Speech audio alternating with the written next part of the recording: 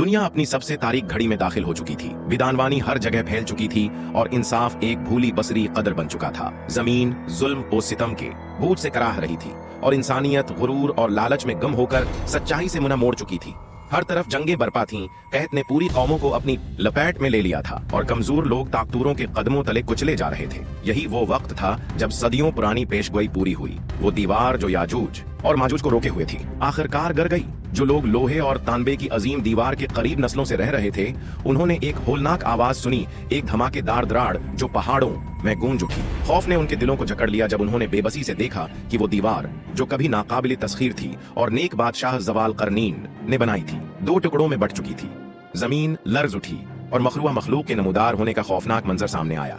याजुजावर माजूज एक वहशी लश्कर जिसकी तादाद शिमार से बाहर थी, एक तूफान की माननत बाहर निकल आया। उनकी तादाद नाकाबिले तसव्वुर थी, इनकी शुक्ल खौफनाक। जंगली आंखों और बिगड़े हुए चेहरों के साथ वो टड्डियों के झंड की तरह पूरी जमीन पर फैल गए, हर चीज को चुट कर गए। कोई फौज इनके सामने टक न सकी, कोई किला उन्हें रोक न सका। उन्होंने दरियाओं को खशक कर दिया, पीछे सिर्फ फटी हुई बंजर जमीन छोड़ दी।